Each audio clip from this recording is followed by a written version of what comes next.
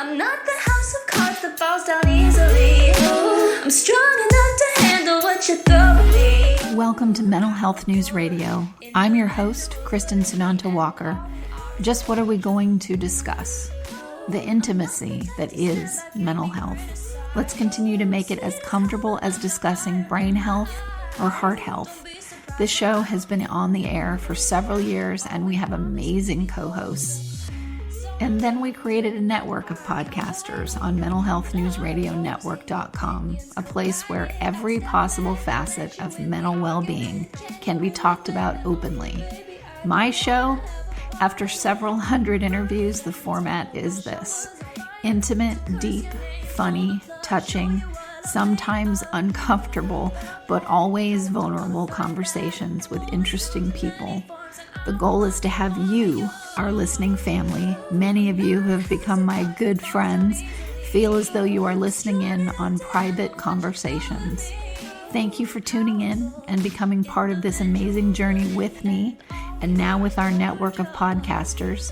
Just knowing this podcast might be helping any of you realize you are not alone on this journey called being a human being makes doing this podcast worth every second. After all we promised, we'd be cordial.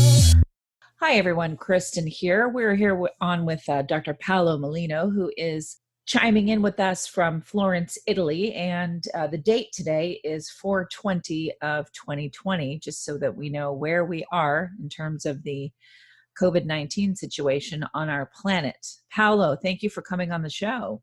Yeah, thank you. I wanted to share experiences across the globe in this pandemic that kind of connect all of us. Yeah, it really does. That's the interesting thing is we have this group chat for the place that I live, and everyone was talking about, do they know anyone? And I chimed in and said, well, yeah, I know of several people that have had it and also 2 people that have passed away. And they all said, you don't count, Kristin, because you know people on every continent. Yeah.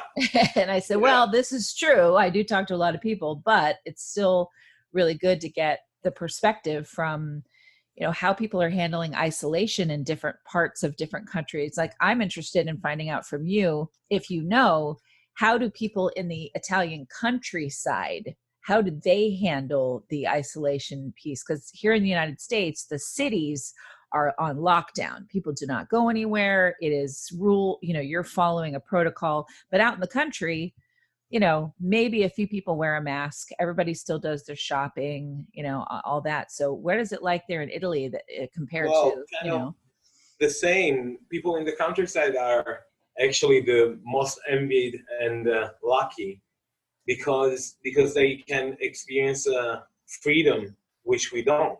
Because right. In town, we are secluded in our houses.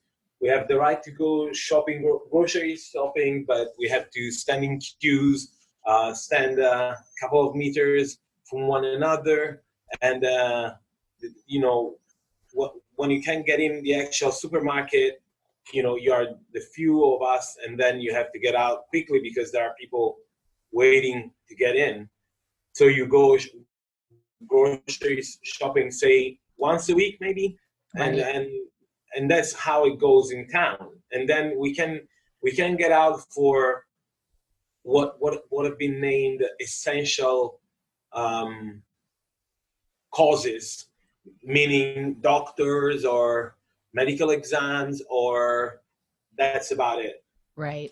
So that's pretty much home, because seclusion is taking a big toll and is confronting us with something that we haven't been trained for. We are not wired for not to be free. Right. And so it's challenging. Are you noticing anything with the city of Florence in terms of nature or air quality or, things like that without having so much human traffic out and about outside? The thing is that I don't get out as much as I would like to. So I saw a picture posted of animals like fox and what was that? A deer coming in town and this kind of stuff. Right. And in Venice, the water is crystal clear, so you can see the actual bottom of the canal. Yep. And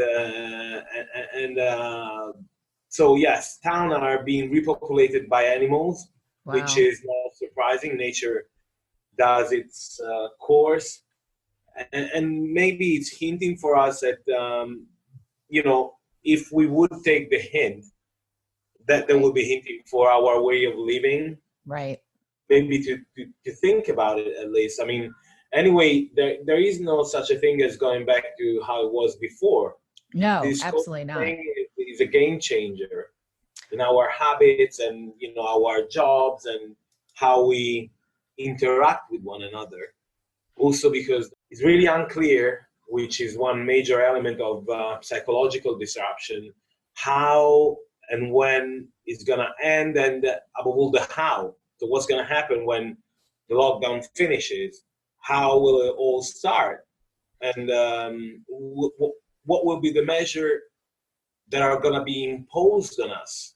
Right. There's so much out there about our president, obviously, and we've talked about this on other shows, but how is the view of him from Italy in relation to handling this pandemic? Well, truth be told, in general, there is a very bad opinion about Trump. Yep. And the fact that, and above all, we are really sorry for your system of your NHS, your health system not being accessible for everyone, being kind of a neoliberalistic evolutionary benchmark, so to speak. So we are very sorry, because at least here everybody can access the healthcare system. And we started with lockdown the first days of March, and now we are a month and a half in, like almost 2 months, and this is a lot. And hospital, have been pretty much empty in order to be able to handle COVID-related situations. There is a lot that I don't know about this virus and about the data that is being collected. And I don't think that Trump does either, unless I take for true the rumors about all of this being deliberate, right, and all the like, which I don't want to do here, because that'd be a political discussion that I don't deem appropriate to discuss on this your network. Yeah, agree. I mean, it's just a poor USA without public care that can handle the thing, actually. Yeah, because we haven't even gotten to, we're still in the new pieces of this. So we haven't even gotten to the stage where everybody that has been sick and that was hospitalized, that did survive, how are they going to pay those medical bills when they couldn't work because they were ill? What if they didn't have health insurance? I mean, all of those, that's all. There's so much coming later. Right now, we're just surviving day by day with something new. And that's, so countries like the United States that don't have universal health care, that's going to be yet another financial crisis that, that comes up through all of this. Well, the thing is that, for instance, in Italy is like North, Center, and South Italy. It's not a big country as the US, but for instance, we don't really know what's going on in the regions of Italy, up in the north, like Lombardia, where Milan is, that has had a major hit in terms of numbers. What it seems from newspaper and whatever news you can gather is that this is due to the fact that they kept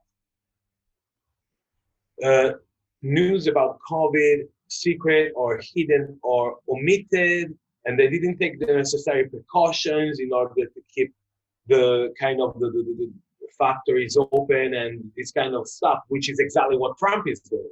Right. Because basically the problem with COVID is not mortality, is is that it's so Containment. contagious. Right. So the thing is, there would be no need of lockdown if we all would respect the rules of social distancing, which is utopical. This is not possible. So lockdown is indeed needed, but how long and with what restrictions to personal liberty, personal freedom, this is up to debate. Here right now, they are talking about a phase 2 where we apparently, but that's not confirmed yet, that's a rumor, we would have to install an app on our phone in order to be able to trace with whom we've been in contact. And well, that's so far-fetched to me. That's something that so annoys me in terms of deprivation of privacy and freedom, Yeah. that is raising a can I say shitstorm? Absolutely. Okay, I said it. That is raising really like a public indignation. And I don't know really what's going to happen, because right now what's happening is that we have this effort for which people are demanding for an alleged cure that doesn't exist, because this is a seasonal flu, more contagious, like more viral. That I don't want to say that is nothing. This is not, don't misunderstanding. This is not what I'm saying, but it is. It seems nobody knows yet, because there is enough data and it's still going on. But this is like a super contagious seasonal flu that can have complications and then lead to death. Right. So so people are invoking this vaccine, but there is no such a thing as a vaccine for a seasonal flu that can be ready in a month. Right. You have to wait, you have to test it, make it sure, and then viruses are known to mutate.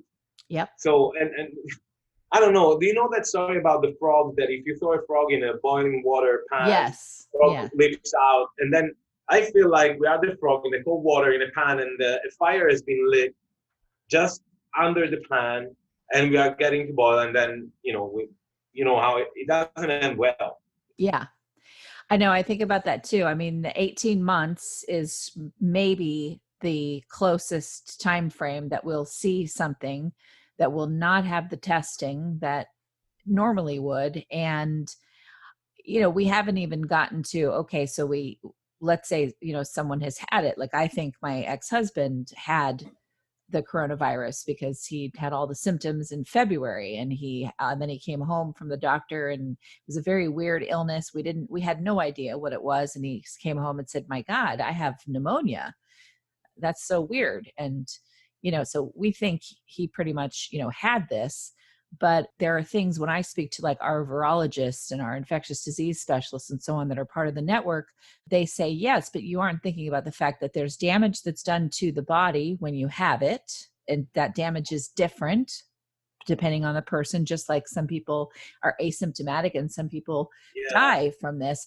But you can get this again. Yes, do you build up some immunity? Absolutely. But you can get it again. And if your body is compromised from the first time you had it, that's a whole other set of complications.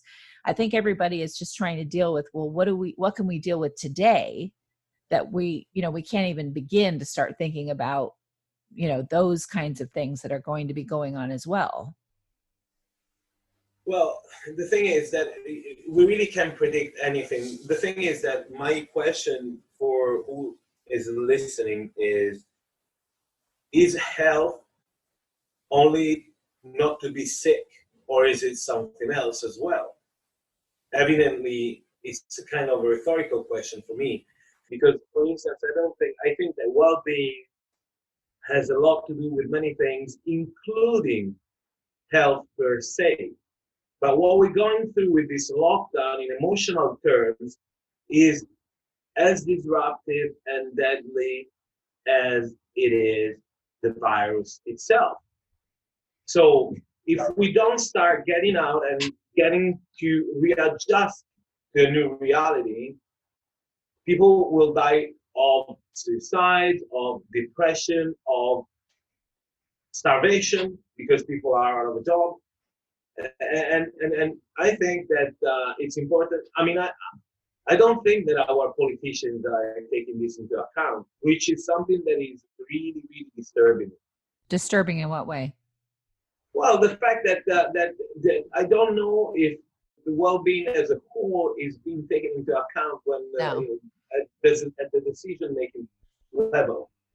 Do you think Our prime minister is so cool and so beautiful and so calm, and he's the first decent person apparently that we've had in the last 40 years. No kidding. It has been so. In the early 90s, we had the first Berlusconi. So let's say 30 years, and from that, politicians started to, dive nose down, like in style and ethics, values, and this prime minister that we have right now, he's really decent, and well, at least he's not a show off, and but I don't know if he's taking into account this perspective, or I don't know what pressures, forgiven that it's a huge pressure that he's under, but what pressure groups he is being forced or forcing himself to listen to. Exactly. And I mean, don't you think that, this is so new that we have no idea how to help people with their mental well-being in relation to this, because no one has ever been through this before. Well, yeah, that's what also the senior psychotherapists like Kathy Seal and Roger Solomon are saying, that none of us has ever experienced this. And so we tag along, we're doing really our best, which might not be 100%, but is our best. And so we compel people to accept that their best is not the 100%, which is fundamental in order not to diminish ourselves as human beings, and and something that prevents us from getting snappy and super nervous. We are doing our best, so there will be times when we like to cry. There will be time when we are discomforted because it's hard. It is tough, not to go out, being always at home, Absolutely. And it's weird. I mean, I am very lucky that I live way, way, way out in the country. So there are a little more freedoms. I still wear my mask and my gloves, when I go to a store and things like that. But what's weird being out in the country, when I know people who have passed away from this, I also have friends who have been very sick and friends who have not been sick. And I know what my colleagues and friends are having to go through, what the ones that live in New York and Seattle and, all the cities where you're just completely shut down. So there's some cognitive dissonance there when I go out here, and people just don't take it seriously at all. And yet I know what's going on in these other places. There's a little bit of, it's surprising to see this lackadaisical attitude, or that, this sort of, there's a lot more people out in the country, it seems, that believe this is a hoax. They have the luxury of believing that this is a farce, this is a hoax, this is a whatever, because they're not living and seeing what's happening like people are in the cities. Yeah, well, it's not a hoax. Actually, it's very real. Then we can dispute on how, where, when it originated. Bill and Melinda Gates Foundation, what's their role? We can listen to Dr. Shiva and all of the like, but the deaths are real. The deaths are very real, and the numbers are astounding, rising. Climbing. Yep. Yeah, they're climbing. So, I mean, it's not a hoax. The virus is real. Yeah. So we have to distinguish the levels, where one thing is discussing how to approach this. Another level is, where did it come from? Is it deliberate or not? Another level is, what's the emotional toll that it takes on us? Another level is, what's best be doing. You know, there are all different levels. Just but it's not a hoax. I know. I actually got on a show with two of our podcasters that I love, respect them very much, but they are all into conspiracy theory type things. And I had just found out that the second person that I know, which is a good colleague of mine, passed away from this. And I get on a show and they're going into how this is a hoax and this is that. And I said, you know what? I can't be a part of this conversation if that is, and I was upset. So I said that is so disrespectful and it is absolutely just ignorant. Well, because in a moment like this, when we are all secluded, when we don't know with clarity what the source of the news is, whether they're reliable or not, what's needed, I'll be corny, but is love and not hate, is comfort and not, discrimination, is to be united in order to, and solidar, because we need solidarity. We need to reach out. We need to connect. And what messages such as, oh, this is a hoax, do something that is bad right now and is really even worse than in normal times where we have the luxury to dispute, what's going on. And we can talk like at a bar, but right now, being all in our houses, locked down, we can't go out. What's needed is not something that disrupts us, that puts doubts that are not, and question and ask questions that can be answered. Yep. Exactly. So this is really something that is important. How are you handling it with your patients that are, because I know, you're able to do a lot of psychotherapy appointments with Skype since you have a lot of international clients, and you can probably see your regular clients that way too. So how are you finding it to be able to help them when you're going through this and you don't have necessarily any more answers than they do? Well, the thing is that first there is self-disclosure. I mean, if someone tells me I'm afraid, either health-wise or work-wise or whatever-wise, I'll say, me too. That's the first thing, and not automatically, but because that's actually the truth.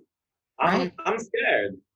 I mean, psychotherapy is kind of a luxury. We don't have an insurance system that covers it, so people pay out of their pocket. It's not the insurance that pays it. Right. Therefore, if people are out of a job, to do psychotherapy will be their last thing that they would pay for. Yeah. They really want that think of bread first, eating. And the thing is that, so I am afraid too. So sharing and to be on the same level helps, because, you're not crazy and you're not alone. And then we need to focus on, given that we can project ourselves into the future, we need to focus on the present. That's what we need to do. And which is difficult. It's something that is very, some of you might have already listened to some show that I did with Kristin some time ago and know that I'm a Gestalt psychotherapist. Gestalt is all about is all about an important part of Gestalt therapy is here and now. It means that we don't linger in the past saying how it was beautiful in December before the COVID exploded, and we don't project ourselves in the future because we don't have the data that allows us to project ourselves in the future. We don't know when we're gonna get out of the houses. How is it gonna be? Will I have money to go on holiday in August, for instance? Whatever. So it's not only unuseful, but it's harmful. And so every day, every second, the exercise is to go back to the here and now. How can I furnish my tunnel, metaphorically my house, at best? How can I be the most comfortable, as comfortable as I can get in my days. How do I spend my time? Create a routine, exercise at least half an hour. There are plenty of tutorials, YouTube videos, and meetup groups that where you can exercise together, and you can learn new things. Because otherwise, because here in Italy, there is a nice meme, like on Facebook. There is uh, because allegedly it's May 3rd that we're gonna get out of the houses, Right. and there is a play with words. Say will be 3 kilos more because not May 3rd, but +3. Let's say, I don't know if you can get the irony into that, but basically, otherwise, you can cook. You can cook healthy. You can take care of yourself. It's Gotcha. important that we do a routine. So we wake up at a certain day. We don't stay hang out in our pajamas the whole day, Right. and we give purpose to our days. Otherwise, we really get crazy. I think it's interesting to how much this is making a lot of people just reassess how they live their lives and what they do with their lives. And I think I've been through every stage of this, where I felt like my legs were encased in cement and I just couldn't move. I needed to sleep. I got very scared. Then I started to just I'm just going to focus on the now, what's going on right now. And I stopped watching the news. I was checking it, 10, 15, 20 times a day for a while. I feel like every stage well, not every stage, because some people have really gone over with fear, but many of the stages that people talk about, I went through those as well. And now I'm at a place where never have I in my entire life been so able to live in the moment. Yeah, because we do use our routines to sort of anesthetize ourselves. Right. I don't know if it makes sense, but to soothe our existential anguish, we do give structure to our days, and this COVID is taking this off of us, and it did at least here in Italy, over a weekend. The Friday we were free, the Sunday we were not. So, yeah. Lockdown is not gradual. It is either lockdown or not lockdown. Exactly. I'm much more present, and I'm also much more appreciative and protective of my time. So I have, everybody wants me for something, which, I'm not unique in that. Many people have that in their lives too, but I have people that are, their way of handling this is to become the most productive doing busy work person on the planet. And so they want to push me to get things done for them. And I've seen people just go off the walls with me about different things. And I can sit back and go, okay, this is how they're handling this situation. I don't take it personally, but I still have been very boundaried. I've been very proud of myself, and that someone keeps calling me, and because they want me to do things to help them, and they're having anxiety, and I have no problem fiercely, nicely, but fiercely saying, that is not a priority for me. That may be a priority for you and good for you, but I am not going to help you with that. I'm having my own process with this. And, and so, no, I am not going to, when this comes to a certain conclusion or a different level, then I will get back to you. But as of right now, your priority is not my priority. Yeah, that's assertiveness. That I'd say is a good example of assertiveness. Well, yeah, this is important because you can be assertive as long as you focus on yourself and on your feelings and you protect them. Absolutely. And you have to do that right now. I mean, that's the interesting piece about this. Every person's self-care is being tested. Every person's view of the world is being tested. Every person's view of their neighbor is being tested, of their politics, of the healthcare system. Globally, this is what's happening. So everyone is being put to a huge test. And that's what we are undergoing. I find myself being in the mental health field and feeling so lucky and so grateful that I'm in this field for what we're going through right now. Well, yeah, I'm not there yet, Kristin. Not yet grateful, because I think it's a great challenge, benchmark. I feel like I have both with an iron point, like in my shoulders, that is pushing me very, very fast into insights and awarenesses, and even some that have been more time to digest.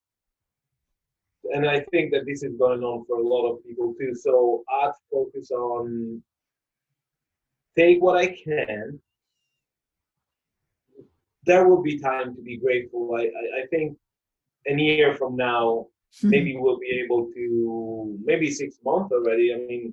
We will be able to see how good it was for us to have this immense collective push Right. into self-awareness. But you're not feeling it yet. No, not at all. Not right now.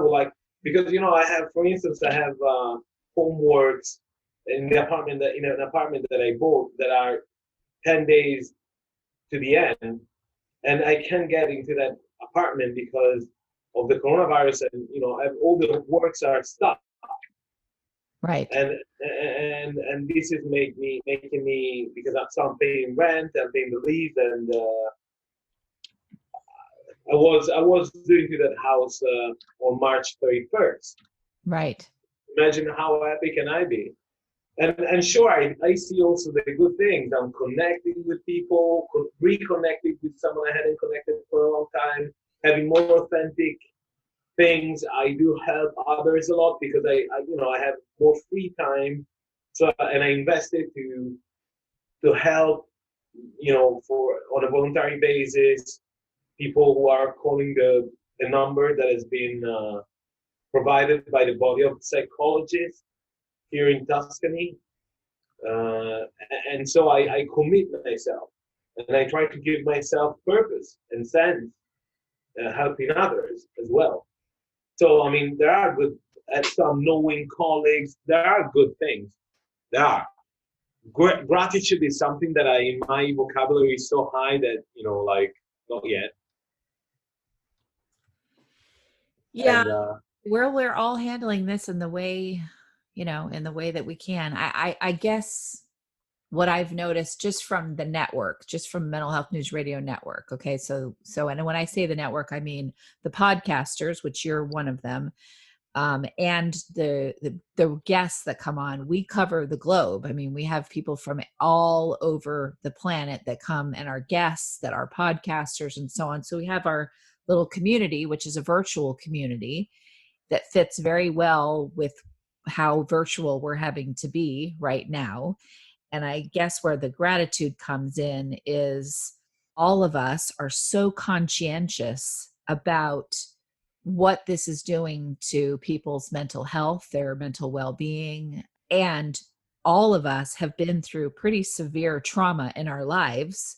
And so in some ways, we feel like we're handling this really well because we've been through hell already and many times. yeah. And so we're kind of like, yeah, we know how to do this, even though this is new. And I'm not making light of this in any way, listeners. I'm just saying so many trauma survivors out there that listen to the show, a lot of them have said, yeah, got this, been through stuff like this. It's Film that being there. A pack of warriors, that is like, we can handle this, Yeah, well, this is a great moment to empower ourselves as well. Because if we linger on the powerless side, well, that's a choice. Right. We can do that. We can linger on the powerlessness side, hopelessness, or we can commit. We can reach out for others. We can help. We can have a sense of community that we never experienced before because we were also busy working 40 hours a week. Yep. So that so busy, so fast, so unable to really connect. So yeah, that's let's say that this is a huge break, like a stop. Yeah. And whatever good comes with it, we have to focus on that. Otherwise, we die. Exactly. Well, Paolo, I know you've got to get back to being in the same room. Yeah, I gotta get back to my yes. Okay, yeah, nice. Oh, so tell our listeners the name of your podcast on the network and also where they can find out more about you. So my podcast is called Discorsi sulla salute mentale, but it's not so adjourned really because I haven't been a good scholar and I don't want to see your eyes right now, Kristin. Oh, stop. I'm not thinking anything. and you can write me anytime you want. paolomolino@gmail.com. That's spelled PaoloMolino, and I have the website as well, which is www.paolomolino.com. And it's both in Italian and English, so maybe you can find something to think about there. Absolutely. And well, thanks, Kristin, for this chat that I'm always pleased with, and Yeah, absolutely. And listeners, thank you for tuning in. We want to get perspectives from all over the globe since we have access to be able to do that. So we will continue to do this. And thank you for tuning in to another episode of Mental Health News Radio. Hi, listeners. I'll make it quick. These are some really cool places that give discounts and other cool things for listeners of Mental Health News Radio Network. If you want to get amazing help with healing from narcissistic abuse, go to healfromanarcissist.com.